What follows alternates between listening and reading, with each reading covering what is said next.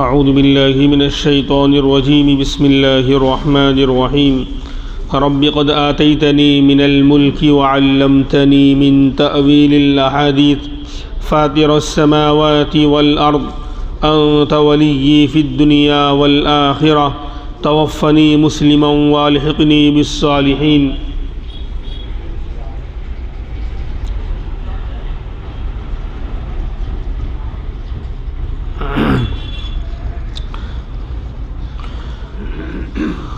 کل اسی آیت کے بارے میں بات چل رہی تھی کہ اللہ کے پیغمبر نے سب کچھ ہر نعمت کا ہر نعمت کی نسبت اللہ تبارک و تعالیٰ کی طرف کی، حالانکہ بہت سارے حالات میں آپ رہے، لیکن پھر بھی کہا کہ میرے رب کا مجھ پر کرم ہوا، میرے رب نے مجھ پر احسان کیا، یہ میرے رب کے انعامات ہیں کہ رب قد آتیتنی من الملک، کہ میرے رب نے مجھ کو حکومت اور سلطنت عطا فرمائی، وعلمتنی من تاویل الاحادیث، اور مجھ کو خواب کی تعبیر کا علم دیا، علم سکھلایا۔ کل رب کے بارے میں بات تفصیل سے ہوئی تھی کہ اللہ تبارک و تعالیٰ کی صفت رب کتنی زبردست صفت ہے۔ خیر، آگے فرماتے ہیں فاطر السماوات والارض، کہ جو اللہ آسمان و زمینوں کو پیدا کرنے والا ہے، آسمان و زمینوں کو اللہ تبارک و تعالیٰ پیدا کرنے والا ہے۔ اب ہم اندازہ نہیں لگا سکتے کہ آسمان اور زمین، 7 آسمان، 7 سماوات طباقا قرآن کریم میں ہے کہ اللہ نے 7 آسمان پیدا کیے اور ایک کے اوپر ایک 7 آسمان ہیں۔ پہلا آسمان جس کو آسمان دنیا کہا جاتا ہے، اس کے اوپر 6 آسمان اور اللہ تبارک و تعالیٰ نے پیدا کیے، تو اس کے اندر اللہ کی قدرت کی بے شمار نشانیاں ہیں۔ 7 زمینوں کو اللہ نے پیدا کیا، اس کے اندر بھی اللہ کی بے شمار قدرت کی نشانیاں ہیں۔ ہم اندازہ لگائیں کہ آج دنیا ترقی کرتے کرتے کہاں تک پہنچنے کا انہوں نے دعویٰ کر لیا کہ چاند تک پہنچنے کا، اور مریخ تک، منگل گرہ تک پہنچنے کا، اور اس پر وہاں زمینیں خریدی جا رہی ہیں، وہاں پتہ نہیں کون سی زندگی میں رہنے جائیں گے۔ خیر، دنیا میں تو ٹھکانہ نہیں ہے، وہاں چاند پر زمینیں خریدنے کی باتیں ہونے لگی، تو پتہ نہیں کہاں کہاں تک انسان نے اپنی ترقی کا لوہا منوایا اور کہا کہ ہم یہاں پہنچ گئے، ہم نے یوں کیا، ہم نے یوں کیا، ہم نے یوں کیا، لیکن کوئی مائی کا لعل آج تک یہ نہیں بتا سکا کہ پہلا آسمان کہاں سے شروع ہو رہا ہے، کہاں ختم ہو رہا ہے وہ تو چھوڑو، پہلے آسمان کی سٹارٹنگ کہاں سے ہو رہی ہے، پہلا آسمان کہاں سے شروع ہو رہا ہے، کوئی نہیں پہنچ سکا، اور پھر وہ ختم کہاں ہو رہا ہے اس کا اندازہ لگانا وہ تو اور ناممکن ہے۔ بہرحال اور پھر اس ایک آسمان میں ہم بارہا اس سے پہلے بھی تفسیروں میں سنتے آئے ہیں کہ اللہ کی ہزاروں قدرت کی نشانیاں ہیں، لا تعداد کروڑوں اربوں خربوں سیارے و ستارے ہیں۔ آسمانی دنیا اس کا نظام بہت بڑا ہے۔ کل آئی تھی بات رب العالمین کی کہ سارے جہاں کا پتہ نہیں کتنے عالم و کتنے جہاں ہیں، لا تعداد، غیر محصور، جو شمار میں نہیں آ سکتا اور گنتی میں نہیں آ سکتا، ان گنت عالموں کے اللہ پالنہار اور رب ہیں، اس میں بسنے والی پتہ نہیں کتنی مخلوقیں ہوں گی، ان تمام کو اللہ تربیت کر کے دھیرے دھیرے ان کے کمال تک پہنچا رہے ہیں۔ تو ایسے ہی آسمانی دنیا کا نظام بھی ہے کہ آسمان ایک شروع کہاں سے ہو رہا ہے اور دوسرا اس کا دوسرا کنارہ ختم کہاں ہو رہا ہے، کوئی نہیں جا سکا۔ کوئی بڑی بڑی مشینیں لوگوں نے بنائی ہیں، دوربینیں بنائی ہیں، اور لیکن کوئی آج تک وہاں تک نہیں جا سکا۔ خیر، اور پھر اس کے اندر کتنے لاتعداد غیر محدود ستارے اور سیارے ہیں، 9 10 11 ستاروں کو جو ہے یہ لوگ نظام شمسی کے سیارے، سوریہ منڈرنا گرہو گجراتی میں جو ہے، بس اس کے اندر نیپچون اور پلوٹو، اور پتہ نہیں ہو سکتا ہے 1-2 نئے اب ریسرچ ہوئے، وہ نہیں معلوم، جب ہم لوگ جب تک پڑھتے تھے اسکول میں تب تک یہ پلوٹو تک پہنچے تھے، اس کے آگے نہیں تھا۔ اور میں آپ کو تھوڑی سی سیر کراؤں آسمان کی کہ یہ سورج سب سے زیادہ زمین سے سب سے زیادہ قریب ہے، لیکن یہ زمین سے 13 لاکھ گنا بڑا ہے، 13 لاکھ گنا بڑا زمین سے سورج، اور اس کی روشنی کو زمین پر پہنچنے میں 8 منٹ 18 سیکنڈ. ایک بہت بڑے عربی کے جو ہے عالم ہیں، تفسیر انہوں نے لکھی ہے، تفسیر جواہر القرآن کے نام سے. اس میں انہوں نے صرف سائنس، میڈیکل اور جغرافیہ کی باتیں انہوں نے کی ہے. اسلامی علوم کو بیان نہیں کیا ہے، مسائل کو بیان نہیں کیا ہے، بلکہ یہ بتایا ہے کہ دنیا کا نظام اللہ کیسے چلا رہے ہیں. تفسیر کی اس تفسیر کے اندر خالی یہی بیان کیا ہے. اس میں لکھا ہے کہ سورج کی جو روشنی ہے زمین تک پہنچنے میں 8 منٹ 18 سیکنڈ لیتی ہے. 8 منٹ 18 سیکنڈ. اور دنیا میں سب سے تیز چلنے والی روشنی ہوتی ہے. وہاں ان کے لکھنے کے مطابق جو میں بتاؤں، 1 سیکنڈ کے اندر روشنی جو 1 سیکنڈ کے اندر 1,86,000 مائل کا سفر طے کرتی ہے. اور انہوں نے جو لکھا ہے 1,86,000 مائل، یعنی 2.5 لاکھ سے اوپر کلومیٹر ہو گیا. جو بھی آپ حساب لگا سکتے ہیں. ایک دن میں نہیں بول رہا ہوں، 1 سیکنڈ کے اندر اتنی تیز رفتار روشنی ہوتی ہے کہ وہ 1 سیکنڈ میں 2.5 لاکھ کلومیٹر سے زیادہ کا سفر طے کرتی ہے. تو آپ اندازہ لگاؤ، جب 1 سیکنڈ میں 2.5 لاکھ کلومیٹر، تو 1 منٹ میں 60 سیکنڈ ہوتے ہیں. تو 60 سیکنڈ میں کتنا ہوا؟ اور پھر 1 گھنٹے میں 60 منٹ ہوتے ہیں. آپ اندازہ لگاؤ. ارے ہاں، تو 8 منٹ 18 سیکنڈ کا اندازہ لگاؤ آپ. 1 سیکنڈ میں 2.5 لاکھ کلومیٹر، تو 8 منٹ میں کتنا، اور 18 سیکنڈ اور اوپر. تو کتنی دور ہے سورج کی روشنی، اور کتنا دور ہے سورج زمین سے، کہ اس کی خالی روشنی کو پہنچنے میں اتنا ٹائم لگ جاتا ہے. خیر، پھر انہوں نے آگے جو لکھا ہے وہ تو عقل حیران رہ جاتی ہے. پھر کہا کہ سورج کے بعد سب سے قریبی جو ستارہ ہے زمین سے، سورج کے بعد جو سب سے قریبی ستارہ ہے، اس کی روشنی کو زمین پر پہنچنے میں 3 سال لگے. سارے کمپیوٹر فیل ہو جائیں گے. 1 سیکنڈ میں 2.5 لاکھ کلومیٹر، تو 1 منٹ میں کتنا، تو 1 گھنٹے میں کتنا، تو 1 دن میں کتنا، تو 1 مہینے میں کتنا، تو 1 سال میں کتنا، تو 3 سال میں کتنا. یعنی جو کتنا دور، تو اتنے دور، اربوں خربوں کلومیٹر دور ہے وہ ستارہ. تو آسمان کتنا بڑا ہوگا جس کے اندر سب اللہ نے جو ہے، جس طرح ہم لائٹ فٹ کرتے ہیں نا چھت کے اوپر، کمکمے لگاتے ہیں اور لائٹنگ کرتے ہیں، اس طرح اللہ نے ان سیاروں کو آسمان میں فٹ کر رکھا ہے. تو جب زمین سے اتنا دور ہے کہ اس کی روشنی کو پہنچنے میں 3 سال لگے، اور 1 سیکنڈ میں وہ 2.5 لاکھ کلومیٹر کا فاصلہ طے کر رہی ہے، تو 3 سال میں کتنے اربوں خربوں کلومیٹر کا سفر اس نے طے کیا ہوگا. تو کتنا دور ہے وہ سیارہ، تو کتنا بڑا ہے وہ آسمان کا نظام. پہلا آسمان کتنا بڑا ہے.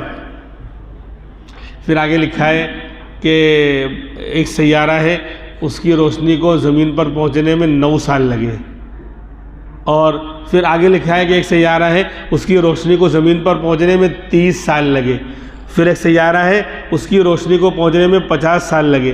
پھر آگے انہوں نے ہاتھ اوپر کر دیا اور کہہ دیا کہ یہ وہاں تک کی ریسرچ ہے، وہاں تک کی تحقیق ہے کہ جو دوربین اور جو مشین انسان نے جو بنائی ہے، جہاں تک اس کی مشین کام کر رہی ہے، دوربین کیچ اپ کر رہی ہے وہاں تک. ورنہ آگے لکھتے ہیں کہ اربوں خربوں ستارے آسمان میں ایسے ہیں کہ ان کی روشنی چل رہی ہے، لیکن آج تک زمین پہ پہنچی ہی نہیں ہے.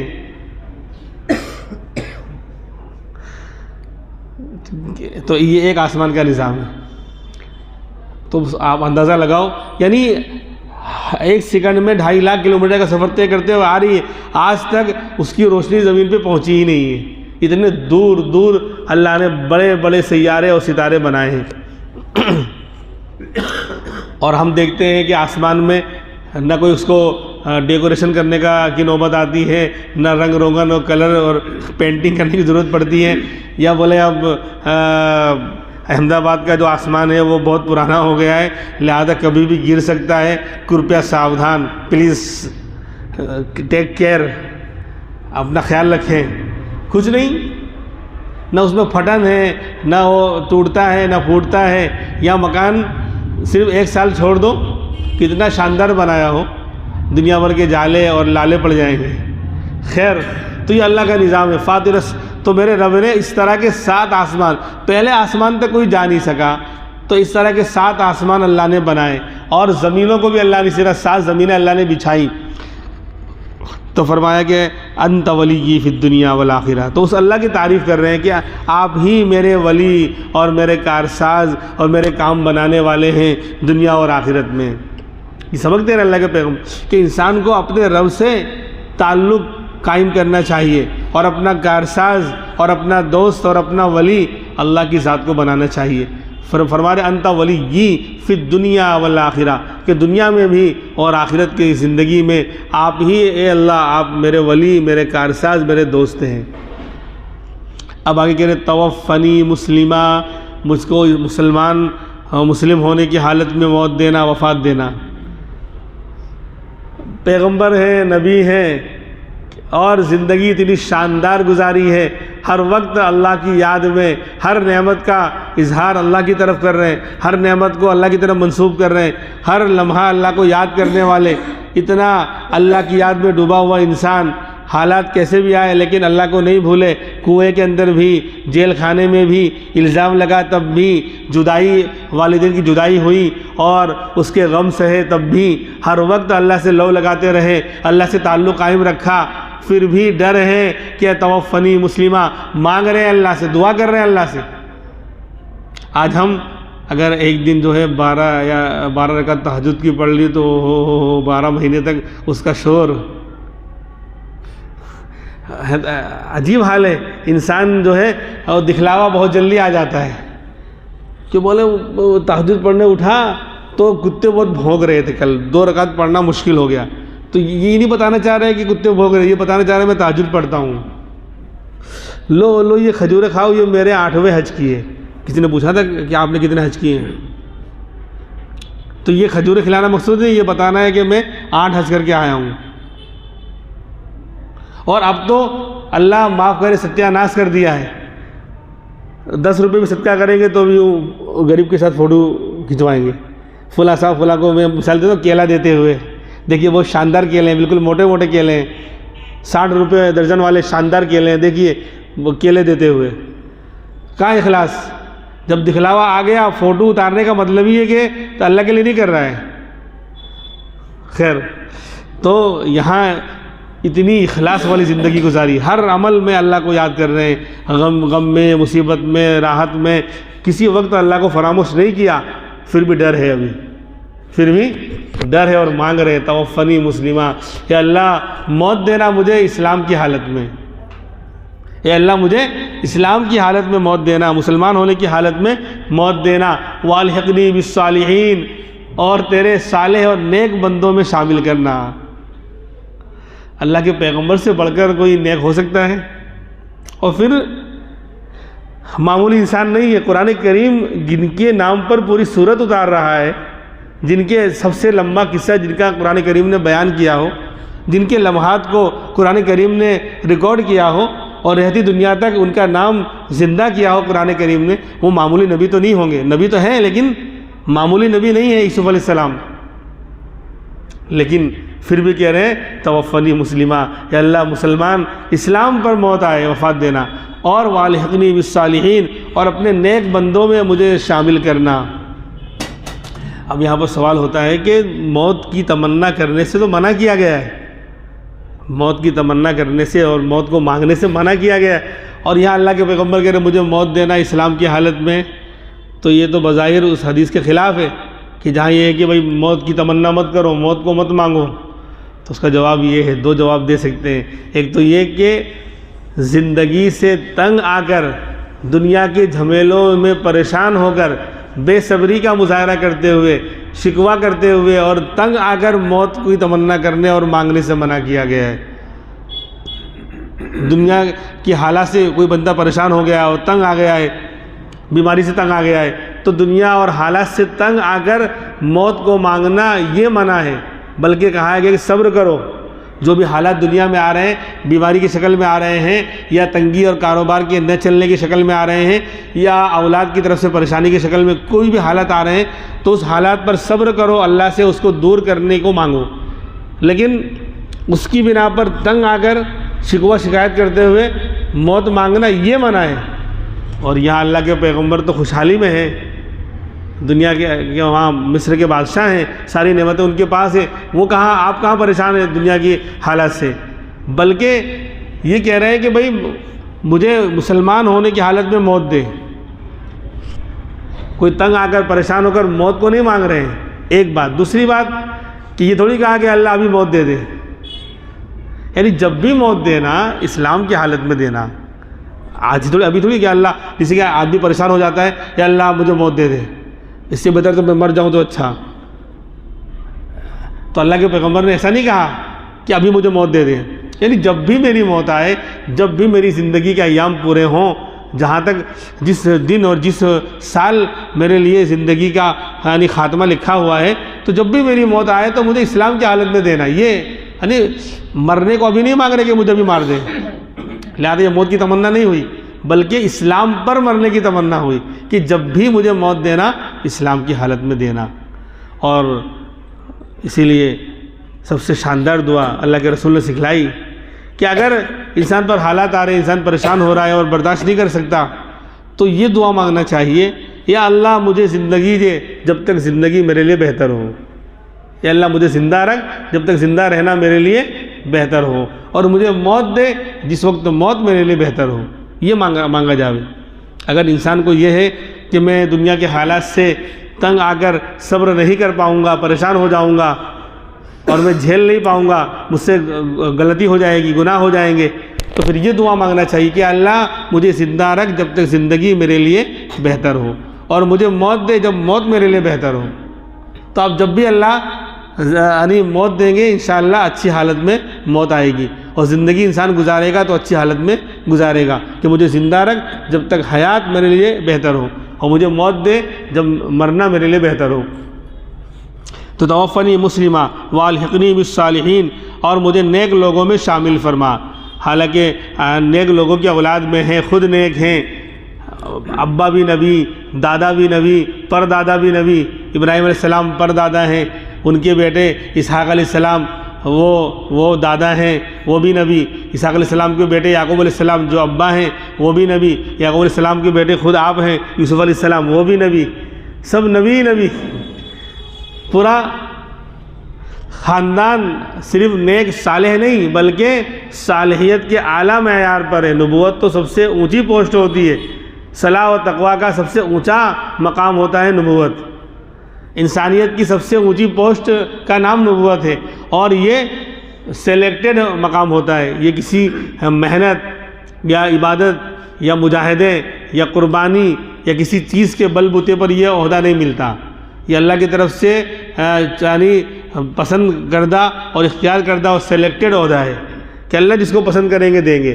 کوئی انسان عبادت کی بنیاد پر، نیکی و تقویٰ کی بنیاد پر نبوت کا مقام حاصل کر لے، یہ نہیں ہو سکتا کہ اللہ کے راستے میں قربانی دے کر اور مال خرچ کر کے اس عہدے کو حاصل کر لے، یہ نہیں ہو سکتا۔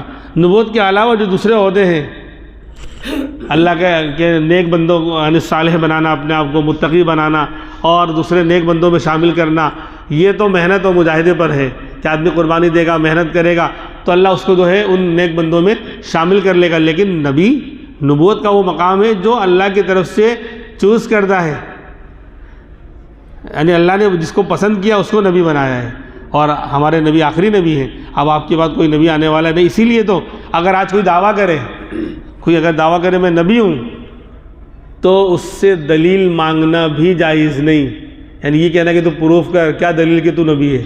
بلکہ امام اعظم ابو حنیفہ رحمۃ اللہ علیہ فرماتے ہیں کہ اگر آج کوئی نبی ہونے کا دعویٰ کرے تو آنکھ بند کر کے کہہ دو تو جھوٹا ہے، تو دجال ہے، تو کافر ہے، نبی نہیں ہو سکتا۔ اس سے آپ اگر دلیل مانگ رہے ہیں کہ تم نبی ہو، کیا دلیل ہے، پروف کرو، اس کا مطلب تم کو اللہ کے نبی کے آخری نبی ہونے میں شک ہو گیا، اس کا مطلب تم کو محمد الرسول اللہ صلی اللہ علیہ وسلم کے آخری نبی ہونے میں شک ہو گیا، تبھی تم ڈاؤٹ ہوا تو تم مجھ سے پوچھ رہے ہو اچھا تم نبی بن کر آئے ہو تو بتاؤ دلیل کیا ہے۔ ارے کہہ رہے کہ بغیر دلیل کے آنکھ بند کر کے کہہ دو تو جھوٹا ہے، دجال ہے، کافر ہے۔ کیوں؟ انا خاتم النبیین لا نبی بعدی، فرمایا محمد الرسول اللہ صلی اللہ علیہ وسلم نے میں آخری نبی ہوں، میرے بعد کوئی نبی آنے والا نہیں۔ ولیکن رسول اللہ و خاتم النبی، قرآن میں بھی ہے کہ ما کان محمد ابا احد من رجالکم ولکن رسول اللہ وخاتم النبیین، کہ دیکھو محمد صلی اللہ علیہ وسلم تمہارے مردوں میں سے کسی کے باپ تو نہیں ہے، یعنی نسبی باپ نہیں ہے، آپ کی تو کیا کہتے ہیں بیٹیاں ہی زندہ رہی نا، حضرت فاطمہ سے آپ کا خاندان چلا ہے. تو ما کان محمد ابا احد من رجالکم، کہ محمد صلی اللہ علیہ وسلم جو ہے تمہارے مردوں میں سے کسی کے باپ نہیں ہے، لیکن ولکن رسول اللہ، لیکن وہ اللہ کے رسول ہیں، اور وہ خاتم النبیین، اور نبیوں کے سلسلے کو مکمل کرنے والے اور ختم کرنے والے. اب آپ کے پاس کوئی نبی آنے والا نہیں ہے. خیر، تو فرمایا کہ توفنی مسلمہ والحقنی بالصالحین، اور مجھے نیک لوگوں میں شامل فرمانا. اس لیے اللہ والے کہتے ہیں احب الصالحین ولست منہم لعل اللہ یرزقنی صلاحا، کہ میں نیک تو نہیں ہوں لیکن نیک لوگوں سے محبت کرتا ہوں. احب الصالحین ولست منہم، میں صالح اور نیک لوگوں سے محبت کرتا ہوں حالانکہ میں خود نیک نہیں ہوں. ہو سکتا ہے اسی محبت کرنے کی بنا پر لعل اللہ یرزقنی صلاحا، اللہ مجھے بھی نیک بنا دے. یہ ہوتا ہے کہ اللہ والوں سے محبت، ان سے تعلق. ہاں، حدیث پاک یاد آ گئی کہ 5 کیٹیگریاں اللہ کے رسول نے مسلمانوں کی بنائی. اب اس کے اندر ہم دیکھیں ہم کون سے نمبر پر آ رہے ہیں، سمجھے. فرمایا قال النبی صلی اللہ علیہ وسلم کن عالماً، کہ عالم بن جانا. پہلا درجہ بتایا کہ اگر اللہ تجھے توفیق دے اور حالات سازگار رہیں اور گھر کا ماحول اچھا رہا اور علم کے لیے توفیق مل گئی تو عالم، علم دین حاصل کر کے عالم بن جانا، سب سے اعلیٰ درجہ. کن عالماً، یہ پہلی کیٹیگری، اے فرسٹ. اگر اس کا موقع نہیں مل پایا کسی وجہ سے، اپنی سستی کی بنا پر یا حالات نہیں تھے پڑھنے پڑھانے کے. او متعلماً، سیکنڈ نمبر پر کیا، یہ طالب علم بن جانا، اسٹوڈنٹ بن جانا. علم، کیونکہ علم سیکھنے کی کوئی عمر نہیں ہے. ماں کے پیٹ سے، قبر کے پیٹ سے بندہ جو علم سیکھ سکتا ہے. تو اگر عالم نہیں بن سکے تو کم سے کم طالب علم نمبر 2 پر. او متعلماً، متعلم، علم سیکھنے والا بن جانا، طالب علم بن جانا، یہ بھی نمبر 2 پر آ جاؤ گے. اگر اس کی بھی توفیق نہیں مل پائی، حالات نہیں تھے، تو فرمایا او مستمعاً، یہ علم کی باتوں کو اور اللہ والوں کی باتوں کو سننے والا بن جانا. قرآن اور علم کی باتوں کو اور اللہ والوں کی باتوں کو خوب اچھی طرح سننے والا، ان کی صحبت میں جا کر فائدہ اٹھانے والا بن جانا. یہ بھی تیسرا درجہ حاصل ہو جائے گا. اگر اس کا بھی موقع نہیں مل پا رہا ہے، سستی ہے یا حالات ایسے ہیں، او محبباً، آخری درجہ، او محبباً، علم سے، علم والوں سے، اللہ والوں سے محبت کرنے والا بن جانا. علم سے، علم دین سے اور علماء سے اور اللہ والوں سے اور قرآن سے اور دین کی باتوں سے کیا کرنا، محبت کرنے والا بن جانا. او محبباً. فرمایا ولا تکن الخامس فتہلک، 5واں مت بننا. یہ 4 کے علاوہ 5واں مت بنا، نہ عالم بنا، نہ طالب علم بنا، نہ علم کی باتوں کو سننے والا بنا اور نہ محبت کرنے والا بنا، بلکہ نفرت، بغض، عداوت، علماء کی برائی، علم کی برائی، قرآن اور حدیث کی برائی، شریعت کے. دیکھا ہوگا بہت سے لوگوں کو کہ وہ خواہ حالانکہ کسی عالم نے ان کو کچھ کھایا نہیں، نہ ان سے کوئی ڈیل ہوئی، کوئی معاملہ ہوا، لیکن خواہ علماء کو اور علم والوں کو برا بھلا کہتے رہتے ہیں. ایک شرابی کو برا، اس سے دوستی ہے. ایک زانی، اس سے دوستی ہے. ایک دنیا کا بگڑا ہوا انسان ہے، اس سے تو دوستی ہے. آؤ بیٹھو ہمارے پاس، اس کے ساتھ تو چائے ناشتہ کھانا، اٹھنا بیٹھنا سب کچھ ہو رہا ہے، اس سے تو تعلقات گہرے ہیں. لیکن جہاں علماء کی بات آئی تو گالی دینا شروع. تو کیا یہ 5واں مت بننا کہ علم سے، علم والوں سے بغض اور دشمنی اور نفرت کرنے والا مت بننا. فتہلک، ورنہ تو ہلاک اور برباد ہو جائے گا. یہ آئینہ دکھایا اللہ کے رسول نے. اس لیے ہم ان 4 میں سے کسی کے اندر اپنے آپ کو شامل رکھیں. اگر پہلے والے 2 نہیں مل پائے تو کم سے کم تیسرا چوتھا تو ہمارے ہاتھ میں ہے. مستمعاً، علم کی باتوں کو سننے والا بن جانا، علماء کی صحبت میں جانے والا بن جانا. جہاں پر بھی اللہ والے آ رہے ہیں، تشریف لا رہے ہیں، اور جہاں ان کی باتیں ہو رہی ہیں، علم کی باتیں ہو رہی ہیں، تفسیر ہو رہی ہے یا بیان ہو رہا ہے، تو وہاں اس کو سننے والا بن جانا اور ان سے محبت کرنے والا بن جانا. 2 کیٹیگری میں تو ہم اپنے آپ کو شامل کر سکتے ہیں. اور نہ کوئی آگے بڑھے تو طالب علم بھی بن سکتا ہے، اور آگے بڑھے تو عالم بھی بن سکتا ہے. بہت سے لوگوں نے بعد میں بھی پڑھا ہے. اللہ تبارک و تعالی ہمیں عمل کرنے کی توفیق عطا فرمائے. باقی باتیں انشاءاللہ آئندہ ہفتے ہوں گی. سبحان اللہ و بحمدہ، سبحان